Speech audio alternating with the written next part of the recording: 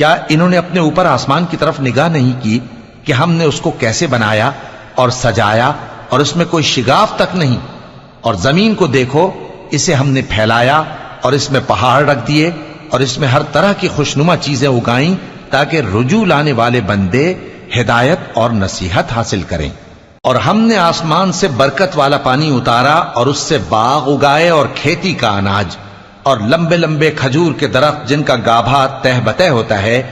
یہ سب کچھ بندوں کو روزی دینے کے لیے کیا ہے۔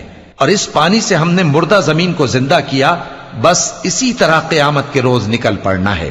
ان سے پہلے نوح کی قوم اور کنویں والے اور سمود والے لوگ جھٹلا چکے ہیں، اور عاد اور فرعون اور لوط کے بھائی اور بن کے رہنے والے اور تبا کی قوم، غرض ہر ایک نے پیغمبروں کو جھٹلایا تو ہماری دھمکی بھی پوری ہو کر رہی۔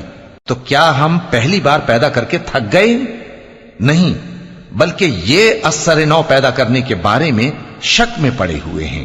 اور ہم ہی نے انسان کو پیدا کیا ہے، اور جو خیالات اس کے دل میں گزرتے ہیں ہم ان کو جانتے ہیں، اور ہم تو رگ جان سے بھی زیادہ اس کے قریب ہیں۔